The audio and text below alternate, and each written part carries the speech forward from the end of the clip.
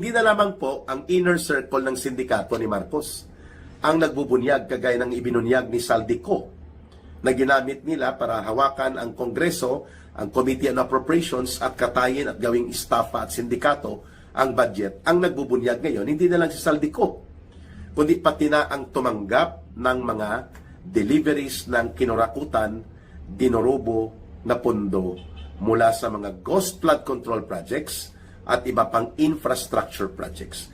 There was even an exchange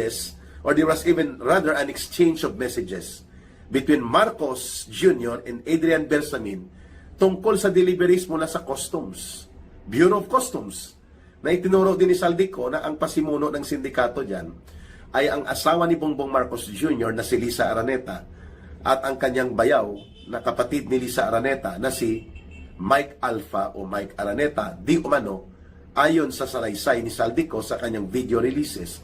Yun ang mga pasimuno ng paglaganap nitong tinatawag na kasindikatuhan sa customs at pati na sa mga agricultural manipulation of imports and even smuggling. So mayroon pong mahigit 1 bilyon na sinasabi po doon sa message exchanges ni Adrian Bersamin at ni Bongbong Marcos Jr. patungkol sa deliveries of money coming from customs operations. Wow. Malinaw po na umiiral ang katotohanan at hindi ito gawa-gawang kwento.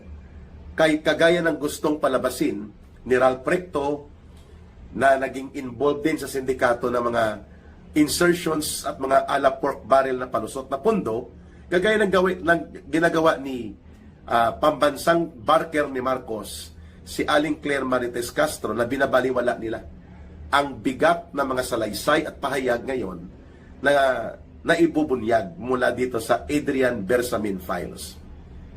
Ang mamamayang Pilipino po, ginagawa nilang tanga at bobo, pero mali po sila dito, si Marcos at sila Romualdez.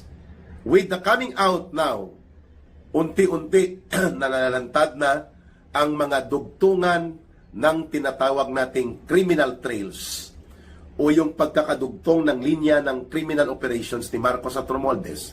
With the coming out now of Adrian Bersamin files, malinaw po na hindi totoo ang binabanggit ni Ping Lacson at ng kanyang gawagawang kwento ng kanyang Senate Blue Ribbon Committee report na walang ebidensya na nagdudugtong at nag-uugnay kay Marcos sa katiwalian at korupsyon at pandarambong at pangungurakot involving flood control projects and other government anomaly.